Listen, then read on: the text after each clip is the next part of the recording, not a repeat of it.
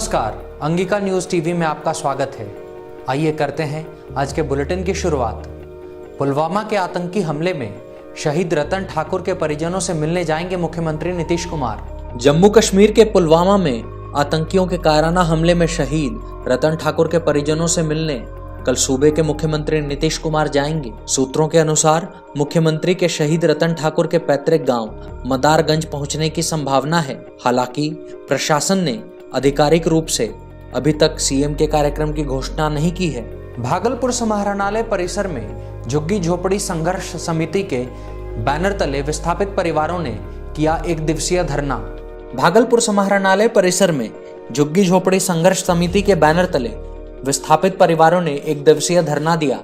विस्थापित परिवारों ने अपने पुनर्वास की मांग करते हुए जमकर नारेबाजी की। प्रशासन ने कहा कि हम आप लोग को जल्द बसाएंगे, लेकिन उसमें से 584 में से 287 घरों की सूची को सर्वेक्षित किया, जांच किया उसको और नीमा मौजा में जमीन चिन्हित किया।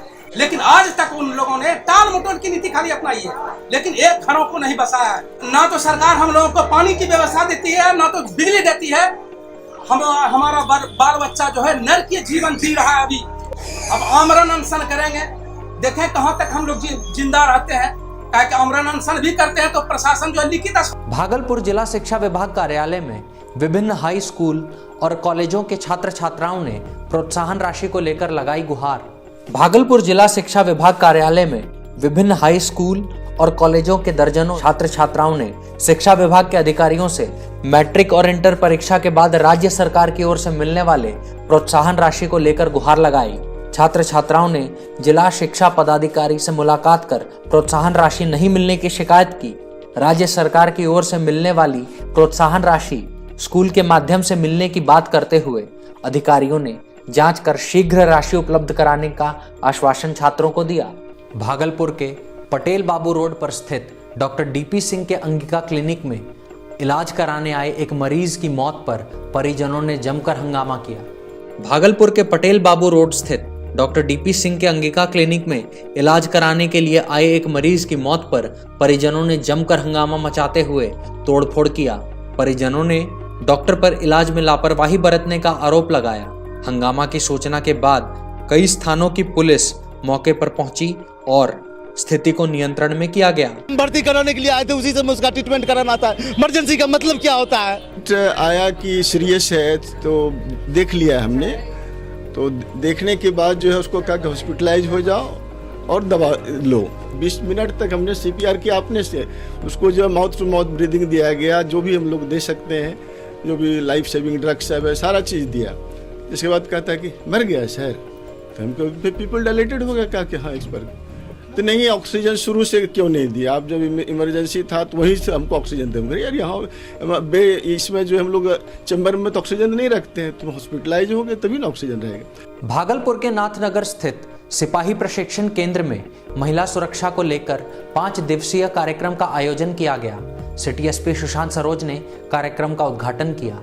भागलपुर के नाथनगर स्थित सिपाही प्रशिक्षण केंद्र में महिला सुरक्षा को लेकर 5 दिवसीय कार्यक्रम का आयोजन किया गया। कार्यक्रम का उद्घाटन सिटी एसपी सुशांत सरोज ने दीप प्रज्वलित करके किया। एसपी ने बताया कि आज के परिवेश में महिलाएं अपने आप को असुरक्षित महसूस करती हैं। महिलाओं से जुड़ी महिला उत्पीड़न, दहेज प्रथा, घरेलू हिंसा और यौन शोषण जैसी अनेक समस्याएं मुख्य रूप से थानों में दर्ज कराई जाती और ऐसी समस्याओं के निष्पादन के लिए कानून में स्पष्ट रूप से प्रावधान है, जिसका अनुकरण आवश्यक है।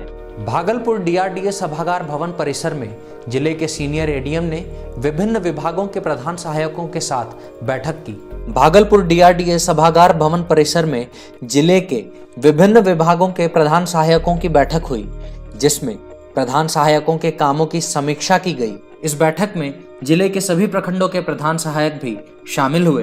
बैठक में इस वित्तीय वर्ष के कामों के लेखा जोखा की समीक्षा करते हुए सीनियर एडीएम ने मार्च क्लोजिंग को लेकर सभी कागजातों को दुरुस्त करने का निर्देश दिया।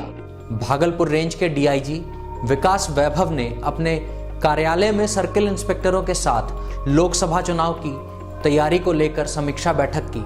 भागलपुर रेंज के डीआईजी विकास वैभव ने अपने कार्यालय में सभी सर्किल इंस्पेक्टरों के साथ लोकसभा की तैयारी को लेकर समीक्षा बैठक की।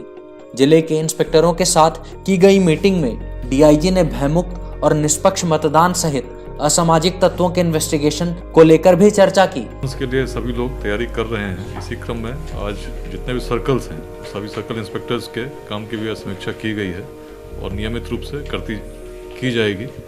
हमारा उद्देश्य यही है कि भयमुक्त निष्पक्ष चुनाव शांतिपूर्ण तरीके से हम लोग संपन्न कराएं और इसके लिए हर संभव तैयारी हम लोग करेंगे। आज के बुलेटिन में इतना ही। कल हम फिर हाजिर होंगे अंग प्रदेश की नई खबरों के साथ। तब तक के लिए नमस्कार। अंगिका न्यूज टीवी को फेसबुक पर लाइक और यूट्यूब पर फॉलो जरूर करें और हमारी ये वीडियो पसंद आने पर इसे शेयर भी करें।